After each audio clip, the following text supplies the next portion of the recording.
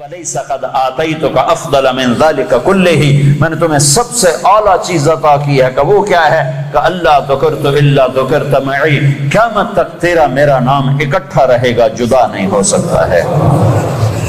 ساری کائنات کا نبی بنایا، سارے بحر و بر پر نبوت کی چھاپ لگا دی۔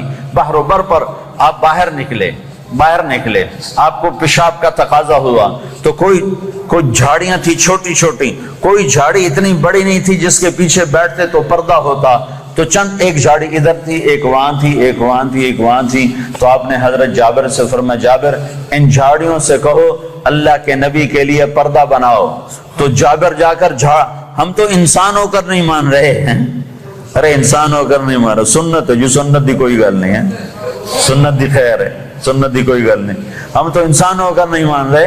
اور وہاں کیا ہو رہا ہے، جابر گئے اور کہنے لگے التئما علی رسول اللہ صلی اللہ علیہ وسلم، اے جھاڑیوں، چھوٹے چھوٹے درختوں، اے جھاڑیوں اللہ کے نبی کے لیے پردہ بناؤ۔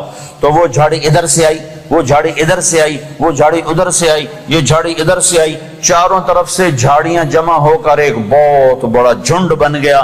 اور اللہ کے نبی پاک صلی اللہ علیہ وسلم اس کے پیچھے، آپ پیشاب سے فارغ ہوئے، جب آپ کھڑے ہوئے تو جھاڑیاں اپنے آپ اپنی جگہ پر چلی گئیں، اپنی جگہ پر چلی گئیں، کہ یہ بے جان درختوں کو بھی پتہ ہے کہ یہ اللہ کا رسول ہے۔ آپ سوئے ہوئے تھے، تبوک کے سفر سے واپسی پر آپ سوئے ہوئے تھے، تو کنارے پر ایک درخت تھا کیکر کا، وہ تیزی سے زمین کو چیرتا ہوا آگے آیا، زمین کو چیرتا ہوا، ایسے ہے جیسے انسان چلتے ہیں، چلتا اللہ کے محبوب کے سر پر آ کر کھڑا ہو گیا، اور ایسے اوپر کھڑا ہوا۔ تھوڑی دیر وہ درخت کھڑا رہا، پھر وہاں سے واپس ہوا اور چلتا اپنی جگہ پہ جا کے فکس ہو گیا۔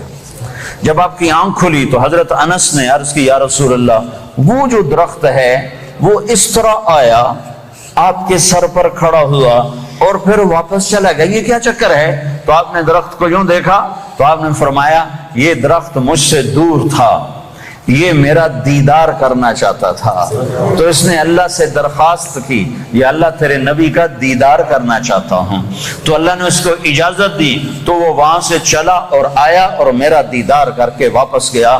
یہ میرے نبی کی نبوت ہے۔ بے جان چیزوں پر سردی کے موسم میں آپ نکلے، سردی کا موسم، کھجوریں گرمیوں میں ہوتی ہیں، سردی میں کھجور نہیں ہوتی۔ کچھ صحابہ بھوک بیٹھے ہوئے تھے، آپ نے فرمایا کیوں بیٹھے ہو؟ کہا جی بھوک لگی ہے۔ آپ نے فرمایا مجھے بھی بھوک لگی ہے۔ ابو بکر عمر نظر آ گئے، کیوں باہر ہو؟ کہا جی بھوک لگی ہے۔ آپ نے کہا مجھے بھی بھوک لگی ہے۔ تو اب کافی سارے اکٹھے ہو گئے جن کو بھوک لگی تھی، تو آپ نے حضرت علی سے فرمایا، علی یہ سامنے کھجور کا درخت ہے، اس کے پاس جاؤ اور اس سے کہو تمہیں اللہ کا رسول حکم دیتا ہے ہمیں